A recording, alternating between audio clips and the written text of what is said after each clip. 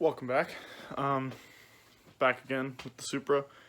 Today's goal, since I didn't get it accomplished last time, is to pull the intake manifold off and maybe start on the head. I don't know. I tried to take the whole head off, including the intake and exhaust manifold in one day, and I only got the exhaust manifold off, so I don't know. Maybe I'm just not capable of it, but we are going to start with the intake and see where things go. Now, as far as what pertains to the intake, there's a lot of vacuum lines. I know there's a bunch of wiring down under here where the fuel rail is, down along here. So other than that, I'm not entirely certain. I don't even know where the bolts are, so I'm kind of flying by the seat of my pants. I'm going to wing it, but we'll see where it goes.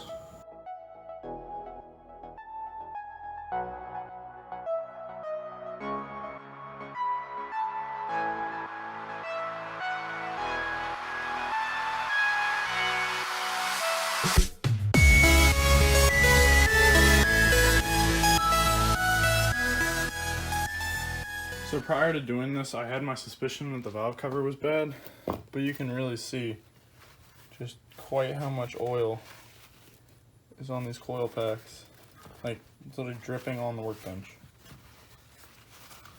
So yeah, I was gonna replace that anyway, but Jesus.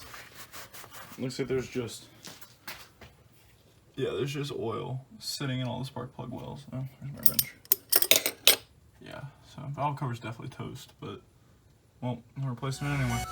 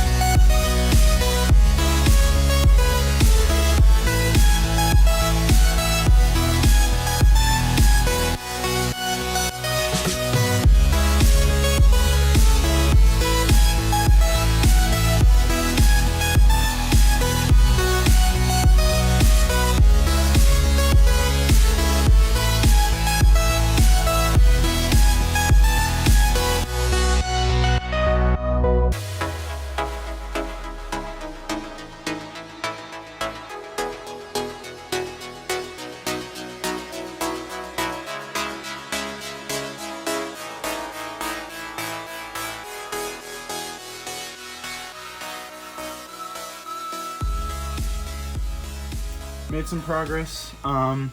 Still finding where all the intake bolts are. I'm pretty sure there's some underneath, but I found some down in these little runner gaps down here. You can kind of see right there, that flat level. Right there is where there was a bolt. Got the idle air control valve out of the way. Got the fuel rail off, so all the injector ports go along here. You can see all my injector plugs. There's like 6 of them.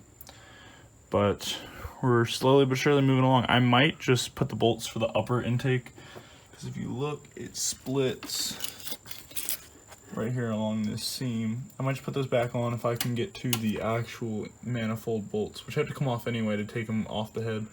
So I might just do that instead, but we will see.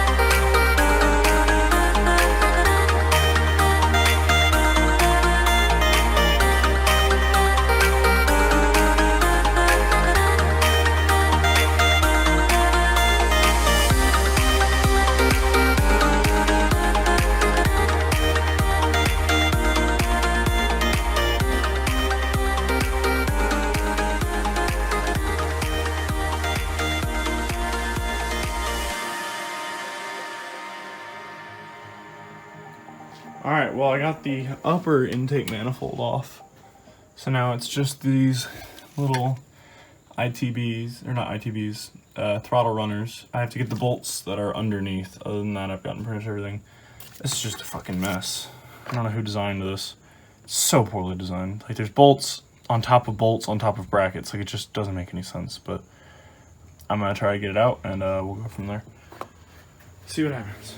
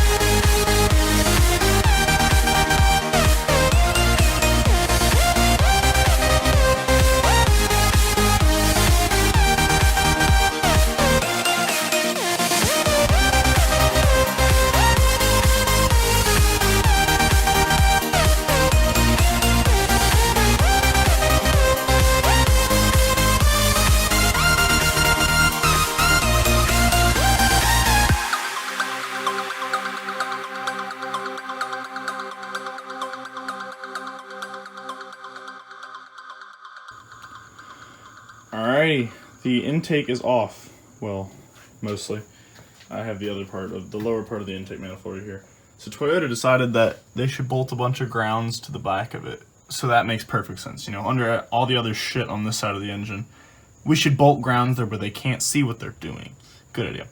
But this engine is so gross. Everything is covered in oil. It's bad. So it's honestly, like, there's just stuff sitting in these little pockets. There's a bolt there that I didn't drop, so it's a lock nut bolt, so I don't know how that got there, but I'm probably gonna do, next thing I'll do after I pull the head, not today, because I'm done for the day. That took like way longer than it should have, because there are so many things that you can't see. The goal was just to take off the main intake portion, but I had to take off the intake, the upper intake portion, which is over here in this bin. Had to take that off. And here's the injectors, stuff like that. But I had to do all of that before I could even get my hands in there to get the bolts off of the bottom of the upper intake. And then there's, you can see right there, there is that clip, the white one. This is for the transmission, the wiring harness.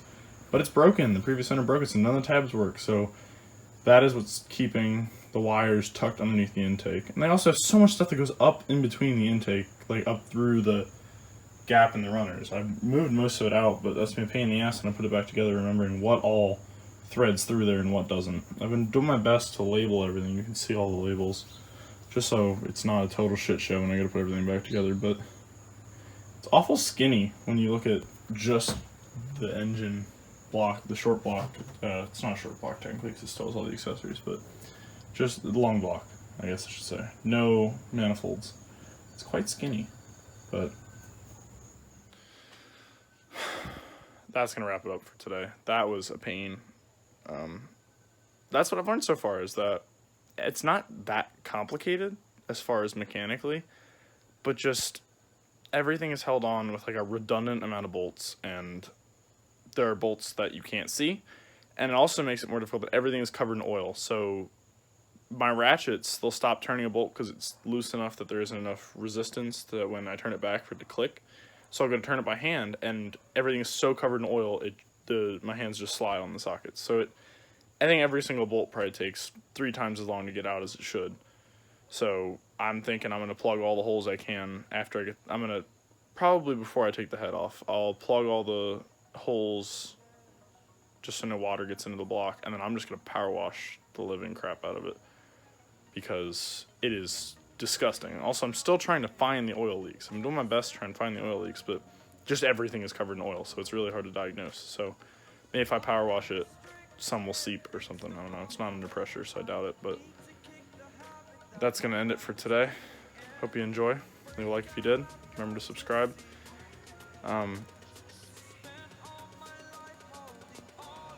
If you're familiar with these and you have any tips for me, let me know. But for now, that's going to do it. Thank you for watching. See you in the next video.